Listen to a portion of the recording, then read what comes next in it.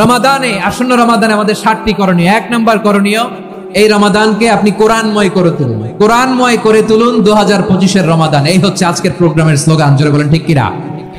আমার প্রিয় ভাইরা, ধীরস্থির ভাবে কোরআন তেলাওয়াত করুন, তাড়াহুড়ো করে নয়।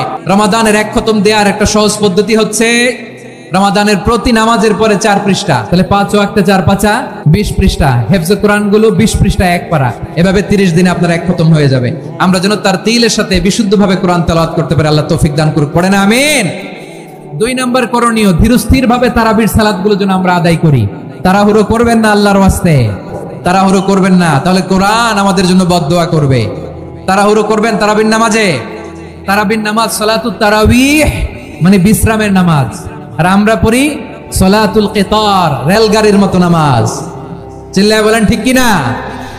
না, এরকম করবেন না। ইমাম সাহেবদেরকে আশ্বস্ত করুন যে ইমাম সাহেবরা আমরা পিছনে আসি আপনাদের সাথে, আপনি আস্তে আস্তে পড়েন, তার তিলের সাথে পড়েন, ধীরস্থির ভাবে তারাবির সালাত পড়বেন। সারা বছর এই সুযোগ হয় না দাঁড়িয়ে কোরআন শোনার, এরকম আয়োজন ব্যবস্থাপনা সারা বছর আর আমরা পাই বলেন তো না।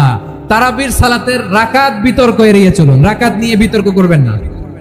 8 রাকাত 20 রাকাত নিয়ে যে মারামারি এই দেশে, এটা শয়তানের ফন্দি। চিল্লায় বলেন এটা কার ফন্দি? আমরা 20 রাকাত পড়ি, আপনারা হয়তো 8 রাকাত পড়েন, কোনো অসুবিধা নাই। আমরা যারা 20 রাকাত আমরা পড়তেছি, আমরা 20 রাকাতের কথাই বলি, 20 রাকাত আমরা পড়বো আজীবন। সৌদি আরবে মক্কা মদিনায় 20 রাকাত পড়ে, কোনো অসুবিধা নাই। অন্যান্য মসজিদগুলোয় 8 রাকাত পড়ে, এই নিয়ে এদের মধ্যে মারামারি আছে? হ্যাঁ, এই জন্য রাকাত বিতর্ক এড়িয়ে চলবেন। প্রিয় ভাইয়েরা, আপনার আমল আল্লাহর কাছে কবুল হবে সংখ্যার বিচারে না উত্তমতার বিচারে? বলেন তো, সংখ্যার বিচারে না উত্তমতার বিচারে? উত্তমতার বিচারে। কত চমৎকার ভাবে আপনি আল্লাহর সামনে দাঁড়াতে পারছেন এটা বিবেচ্য। রুকু সেজদাগুলো সুন্দরভাবে করবেন, রুকু থেকে সোজা হয়ে দাঁড়ানো ওয়াজিব, 2 সেজদার মাঝখানে সোজা হয়ে বসা ওয়াজিব। এই তা'দিলুল আরকান বাদ দিলে হানাফি মাযহাব মতে সৌ সেজদা দিতে হবে, অন্য মাযহাব মতে নামাজই হবে না, আপনার নামাজই হবে না। এজন্য ধীরস্থির ভাবে তারাবির সালাত যেন আমরা আদায় করি। পারা যাবে তো ইনশাআল্লাহ? 3 নাম্বার, তাহাজ্জুদের সালাত আদায় করুন। বছরের অন্যান্য সময় উঠতে পারি না, অনেকে বলে হুজুর উঠতে পারি না, কিন্তু রমাদানে সাহারি খাওয়ার জন্য তো উঠাই লাগে। কি বলেন, সাহারি খান আপনারা? হ্যাঁ, খান না? খান কে কে দেখি তো? মাশাআল্লাহ মাশাআল্লাহ, এই সুন্নত পালনের জন্য 1 নাম্বার। মাশাআল্লাহ, ঠিক আছে, পালন করবেন। আল্লাহর হাবিব বলেন তাসাহহারু ফা ইন্না ফিস সাহুরি বারাকা, তোমরা সাহারি খেও, কেননা সাহারির ভেতরে বরকত ঢুকায় দিয়েছে কে? একটা খেজুর 1 গ্লাস পানি খেলো সারা দিন আপনাকে তরতাজা রাখে কে? তো সাহারির জন্য যেহেতু উঠতেই হয়, সাহারি খাওয়ার আগে বা পরে 2 রাকাত 4 রাকাত তাহাজ্জুদ পড়া যাবে না? রব্বুল আলামিন বলেন ওয়ামিনাল লাইলি ফাতাহাজ্জাদ বিহি নাফিলাতান লাকা আসা আইয়াবআসাকা রাব্বুকা মাকামান মাহমুদা। ও নবী, রাতের কিছু অংশ সময় তাহাজ্জুদের সালাত আপনি আদায় করবেন, কারণ এই তাহাজ্জুদ হলো আপনার জন্য নাফিলাতাল লাক, অতিরিক্ত ফরজ। আপনাকে মাকামে মাহমুদে অধিষ্ঠিত করবে কে? এজন্য যারা সম্মানিত হতে চান, সম্মানের আসনে যেতে চান, তাদের জন্য তাহাজ্জুদ অবধারিত। আমরা রমজানে সাহারির আগে তাহাজ্জুদ পড়তে চাই কি চাই না? এই নামাজটা আল্লাহ বড্ড ভালোবাসেন, কেন জানেন? কারণ গভীর ঘুমকে স্যাক্রিফাইস করে আমরা এই নামাজ পড়ি। ঘুমের আরবি জানা আছে কারো? ঘুমের আরবিতে কি বলে? অনেকগুলো আরবি আছে। একটা আরবি হচ্ছে নুআস, তন্দ্রা, তন্দ্রা, আমানাতান নুআস কোরআনে এসেছে। আরেকটা আছে ঝিমুনি, ঝিমুনি, এভাবে ঝিমুনি আসে ঘুমের আগে, এটারে বলে সিনা। এটারে কি বলে? সিনা। স্বাভাবিক ঘুমকে আরবিতে বলে নাউম। স্বাভাবিক ঘুমকে কি বলে? এই সিনা আর নাউমকে আল্লাহ এক আয়াতে এনেছেন, লা তাখুযুহু সিনাতু ওয়ালা নাউম। আল্লাহর তন্দ্রা নাই, ঘুম নাই, ঘুমের আগে যে তন্দ্রা আছে ওইটাও নাই। তাহলে নুআস, সিনা, নাউম পেলাম। আরেকটা ঘুমের আরবি হচ্ছে হুজুদ। চাঁপাইনবাবগঞ্জ আওয়াজ করে বলেন, আরেকটা ঘুমের আরবি কি? হুজুদ। এটা মাঝরাতের ঘুম, শেষ রাতের ঘুম, যেই ঘুমটা বড্ড মজা লাগে। কাঁথা টেনে টেনে, ব্ল্যাঙ্কেট টেনে টেনে আরেকটু ঘুমাইতে মন চায়, আরেকটু, আর 1 মিনিট, আর 2 মিনিট, এরকম একটা মজার ঘুম শেষ রাতে আছে না নাই? এই শেষ রাতের ঘুম, এই হুজুদের ঘুমকে স্যাক্রিফাইস করে যেই সালাত পড়া হয়, ওই সালাতের আরবি নাম হচ্ছে সালাতুল হুজুদ বা সালাতুত তাহাজ্জুদ। চিল্লায় বলেন আল্লাহু আকবার। এজন্য আল্লাহ তাআলা তাহাজ্জুদের সালাতকে এত পছন্দ করেন। পড়বেন তো রমাদানে? 4 নম্বরে মুক্ত হস্তে দান করুন, মুক্ত হস্তে দান করুন। ওয়ামা আতাইতুম মিন যাকাতিন তুরিদুনা ওয়াজহাল্লাহি ফাউলা উলাইকা হুমুল মুদাইফুন। তোমরা মনে করো না যাকাত দিলে তোমাদের সম্পদ কমে যায়, এটা ভেবো না, বরং তোমরা আল্লাহর খুশির জন্য যে যাকাত দাও তারপরে তোমার যে সম্পদ থাকে ওই সম্পদের মধ্যে প্রবৃদ্ধি দান করে কে? আপনি মনে করছেন দিলে কমে? চাঁপাইনবাবগঞ্জের ভাইয়ের আওয়াজ করে বলেন, দান করলে কি সম্পদ কমে নাকি বাড়ে? আওয়াজ করে বলেন, কমে না বাড়ে? বাড়ে। যেটা দান করেন কামাসালি হাব্বা আম্বাতাত সাবআ সানাবিলা ফি কুল্লি সুম্বুলাতিন মিয়াতি হাব্বা। 1 টাকা দান করলে এটা চারা বীজের মতো, রূপে দিলে 7টা শীষ, প্রতি শীষে হয় শত শস্য দানা। আল্লাহ যারে চায় এরকম বাড়ায় দেয়, প্রবৃদ্ধি দেয়। সুবহানাল্লাহ। এজন্য মুক্ত হস্তে দান করতে রাজি আছেন? আগে আগে যাকাত ক্যালকুলেট করে রাখেন। আপনার যাকাত বর্ষ যদি পরেও হয়, দেরি করেও হয়, ধরেন যে প্রতি বছর মুহররমে দেন, আপনি আগে দিতে পারবেন। যাকাত অগ্রিম আদায় করা যায়। সুবহানাল্লাহ বলেন।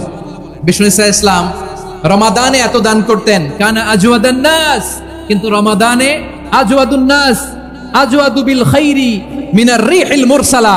প্রবাহিত বাতাসের চেয়ে বিশ্বনবী আরো বদান্যতা বেড়ে যেত। প্রবাহিত বাতাস যেমনি সবাইরে বাতাস দেয়, আস্তিক নাস্তিক মুমিন কাফির সবাইকে শীতল করে দেয়, তেমনি নবীজির রমাদানের দান ছিল এমন, কেউ নবীর কাছে চেয়ে ফিরে গিয়েছে এর নজির নাই। জোরে বলেন সুবহানাল্লাহ। রমাদানে দান করব, ইফতার শেয়ার করব। কাউকে ইফতারি করালে সারাদিন রোজা রেখে তার যে সওয়াব, আপনি ইফতার করানোর কারণে আপনার আমলনামায় ওই সওয়াব আল্লাহ ঢুকায় দিবেন। পড়েন সুবহানাল্লাহ। সাহাবারা বললেন, নবী আমরা গরিব মানুষ, ইফতারি খাওয়ানোর পয়সা নাই। আল্লাহর হাবিব বললেন, ওয়ালাউ বিমাজকাতি লাবান, 1 ঢোক দুধ, ওয়ালাউ বিতামরা, 1টাও খেজুর, ওয়ালাউ বিশারবাতিমা, 1 ঢোক পানি খাইয়েও যদি কারো রোজা ভাঙাও, তারপরে ওই সওয়াব তোমার আমলনামায় দিবে কে? তাহলে মুক্ত হস্তে দান করুন, 4 নাম্বার। 5 নাম্বার হচ্ছে কদর তালাশ করুন, রমজানের সবচেয়ে দামি সময়। বিষ্ণু বলেন, মান হুরিমা খাইরাহা ফাকাদ হুরিম, যে কদর মিস করলো সে সব মিস করলো, হি ইজ দ্য লুজার। আচ্ছা বলেন, এই বরকতের মাসে আমরা কি লুজার হতে চাই না গেইনার হতে চাই? সবাই বলেনি, বলেন এই রমাদানে আমরা লুজার হব না গেইনার হব? ইন্না আনজালনাহু ফি লাইলাতিল কদরি ওয়া মা আদরাকা মা লাইলাতুল কদর লাইলাতুল কদরি খায়রুম মিন আলফি শাহর। পড়েন আল্লাহু আকবার। লাইলাতুল কদরি খায়রুম মিন আলফি শাহর, 1000 মাসের চেয়েও সেরা। 1000 মাসে হয় 83 বছর 4 মাস। 83 বছর 4 মাস টানা ইবাদত করলে যেই সওয়াব, কদরের রাতে ইবাদত করলে অতটুকু সওয়াব আপনি পাবেন, আল্লাহ সেটা বলে নাই। আল্লাহ বলে তার চাইতে বেশি সওয়াব দিয়ে আপনার আমলনামা ভরে দিবে কে? কদর যেন মিস না হয়। 21, 23, 25, 27, 29 নাকি খালি 27? আপনারা কি খালি 27? হ্যাঁ না, ফালতামিসু ফিল আশরিল আওয়াখিরি ফিল মিনাল ভিতরি, রমজানের শেষ দশকের বেজর রাতগুলোকে কদর হিসেবে তালাশ করো। আল্লাহর হাবিব সাল্লাল্লাহু আলাইহি ওয়াসাল্লাম শেষ 10 দিন টানা ইবাদত করতেন, টানা ইবাদত। ইদা জাআল আশরু আহিয়াল লাইলা আইকাদা আহলা ওয়া জাদ্দা ওয়া শাদ্দাল মিজার, সারা রাত জেগে ইবাদতের নজির নবীজির নাই, শুধু রমজানের শেষ দশক ছাড়া। সুবহানাল্লাহ বলেন। নিজেও ঘুমাতেন না, ফাতেমা রাদিয়াল্লাহু তাআলা আনহু, আলী রাদিয়াল্লাহু তাআলা আনহু কাউকে ঘুমাতে দিতেন না, সবাইকে জাগিয়ে তুলতেন। আমরা সারা রাত জেগে ইবাদত করব, রাজি আছেন তো? কদর যেন আমাদের মিস না হয়। আজকে থেকেই ক্যালেন্ডারে মার্ক করে রাখেন, সব কাজ পেছনে ফেলে, সব ব্যস্ততাকে পেছনে ফেলে ইবাদতের জন্য আমরা প্রস্তুত থাকবো কদরের রাতে। কোনোভাবে কদর যেন আমাদের মিস না হয়, ইনশাআল্লাহ। বলেন তো সবাই। 6 নম্বরে পারলে ইতিকাফ করবেন।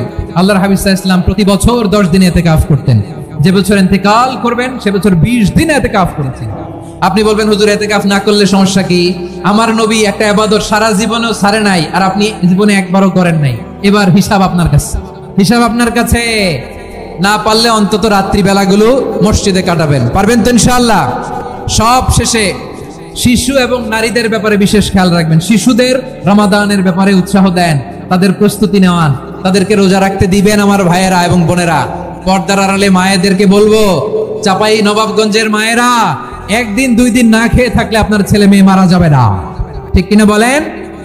ওদেরকে উৎসাহিত করেন, ওদের ছোট্ট যারা রাখতে দেন, বলেন যে বাবা সকাল থেকে দুপুর পর্যন্ত না খেয়ে থাকলে তোমার অর্ধেক রোজা, এরকম 2 দিন অর্ধেক মিলে তোমার 1 রোজা। এরকম আমি কত রোজা রাখছি ছোটবেলায় কোনো হিসাবই নাই। আমার দাদি বলতো সকাল থেকে না খেয়ে দুপুর 12টা পর্যন্ত রাখলে নাকি অর্ধেক হয়, এরপরের দিন অর্ধেক, 2 অর্ধেক মিলে 1 রোজা। এটা তো আসলে রোজা হয় না, কিন্তু তাকে উৎসাহ দেয়া। ইফতার প্রোগ্রামগুলোতে নিবেন আমাদের বাচ্চাদেরকে, দেখবেন যে ওর ক্ষুধা লাগতেছে, খায় না, কারণ কেউ খায় না। একজন আজান দিচ্ছে, সবাই খেজুর নিয়ে ইফতার করতেছে। এই দৃশ্য, এই ট্র্যাডিশন, এই ইবাদত, এই তারবিয়া ওর আগামীর জীবনটাকে সুন্দর করবে। চিল্লায় বলেন ঠিক কিনা? এভাবে আগামীর প্রজন্মকে আমাদের গড়তে হবে। শিশুদের রোজার ব্যাপারে প্রস্তুতি নিন, উৎসাহ দিন। আর নারীদেরকে কষ্ট দিবেন না। সারা দিন পেঁয়াজু, আলুর চপ, বেগুনি, পাকোড়া, ছোলা, মুড়ি, শরবত, রুয়াবজা আছে না নাই, বানাতে বানাতে আমাদের বোনেরা কাহিল হয়ে যায়, আর তারাবি পড়তে পারে না, ইবাদত করতে পারে না। আমরা যেন আমাদের বোনদের প্রতি ইহসান করি। পারবেন তো সবাই?